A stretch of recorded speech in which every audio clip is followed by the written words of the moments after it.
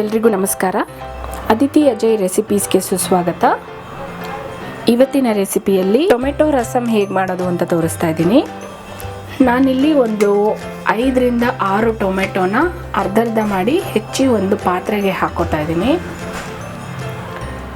ಇದನ್ನು ನಾವು ಒಂದು 5 ನಿಮಿಷ ಬೇಯಿಸ್ಕೋಬೇಕು. ಮಾಡಿರೋ ಒಂದೇ ಒಂದು ಹಸಿಮೆಣಸಿನಕಾಯಿ ಹಾಕೋತಾ ಇದ್ದೀನಿ.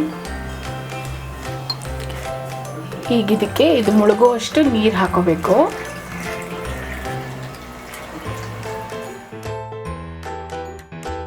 ಸ್ವಲ್ಪ ಉಪ್ಪು. ಈಗ ಇದನ್ನು ಒಂದು 5 ನಿಮಿಷ ಬೇಯಿಸ್ಕೋಬೇಕು. ಇದು ಪೂರ್ತಿ ಸಾಫ್ಟ್ ಆಗೋದೇನು ಬೇಡ, ಒಂದು ಅರ್ಧ ಬೆಂದರೆ ಸಾಕು. ಈಗ ಟೊಮೆಟೊನ ಒಂದು 5 ನಿಮಿಷ ಬೇಯಿಸ್ಕೊಂಡಿದ್ದೀನಿ. ಸ್ಟವ್ ಆಫ್ ಮಾಡಿಕೊಂಡು ಸ್ವಲ್ಪ ಆರಕ್ಕೆ ಬಿಡ್ತಾ ಇದ್ದೀನಿ. ಈಗ ಬೇಯಿಸಿಟ್ಕೊಂಡಿರೋ ಟೊಮೆಟೊನ ಮಿಕ್ಸಿ ಜಾರ್ಗೆ ಹಾಕ್ಕೊಂಡಿದ್ದೀನಿ. ಇದನ್ನು ಪೇಸ್ಟ್ ಥರ ಗ್ರೈಂಡ್ ಮಾಡ್ಕೊತೀನಿ. ಈಗ ಗ್ರೈಂಡ್ ಮಾಡ್ಕೊಂಡಿದ್ದೀನಿ.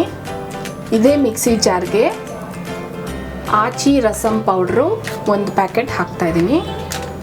ಈಗ ಇದನ್ನು ಒಂದು ಸುತ್ತು ಸುತ್ತಿಸ್ಕೋಬೇಕು. ಈಗ ಒಂದು ಬಾಣಲೆಗೆ 2 ಸ್ಪೂನು ಎಣ್ಣೆ ಹಾಕೋತಾ ಇದ್ದೀನಿ. ಎಣ್ಣೆ ಕಾದ್ಮೇಲೆ ಸಾಸಿವೆ ಸಿಡಿಯೋವಾಗ ಜಜ್ಜಿಟ್ಕೊಂಡಿದ್ದು ಬೆಳ್ಳುಳ್ಳಿ ಹಾಕೋತಾ ಇದ್ದೀನಿ. ಮತ್ತು 2 ಕೆಂಪು ಮೆಣಸಿನ್ಕಾಯಿ ಅಥವಾ ಬ್ಯಾಡಗೆ ಮೆಣಸಿನ್ಕಾಯಿ, ಸ್ವಲ್ಪ ಹಿಂಗು. ಇದನ್ನು ಸ್ವಲ್ಪ ಫ್ರೈ ಮಾಡ್ಕೋಬೇಕು.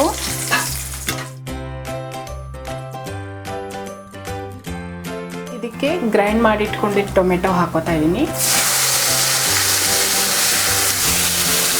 ಟೊಮೆಟೊ ಬೇಯಿಸ್ಕೊಂಡಿದ್ದ ನೀರು ಇದಕ್ಕೆ ಹಾಕೋತಾ ಇದ್ದೀನಿ. ರುಚಿಗೆ ತಕ್ಕಷ್ಟು ಉಪ್ಪು ಹಾಕೋತಾ ಇದ್ದೀನಿ.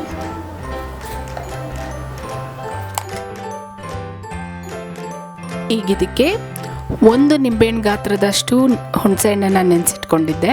ಹುಣಸೆಹಣ್ಣು ನೀರು ಹಾಕ್ತಾ ಇದ್ದೀನಿ. ಒಂದೇ ಒಂದು ಚಿಕ್ಕ ತುಂಡು ಬೆಲ್ಲ ಹಾಕ್ಕೋತಾ ಇದ್ದೀನಿ. ಇದು ಆಪ್ಷನಲ್ಲು, ನಿಮಗೆ ಬೆಲ್ಲ ಇಷ್ಟ ಇಲ್ಲ ಅಂದರೆ ಸ್ಕಿಪ್ ಮಾಡ್ಬೋದು. ಈಗ ಇದನ್ನು ಚೆನ್ನಾಗಿ ಮಿಕ್ಸ್ ಮಾಡಿ ಕುದಿಯಕ್ಕೆ ಬಿಡಬೇಕು. ಈಗ ರಸಮ್ ಚೆನ್ನಾಗಿ ಕುದೀತಾ ಇದೆ. ಕೊತ್ತಂಬರಿ ಹಾಕೋತಾ ಇದ್ದೀನಿ.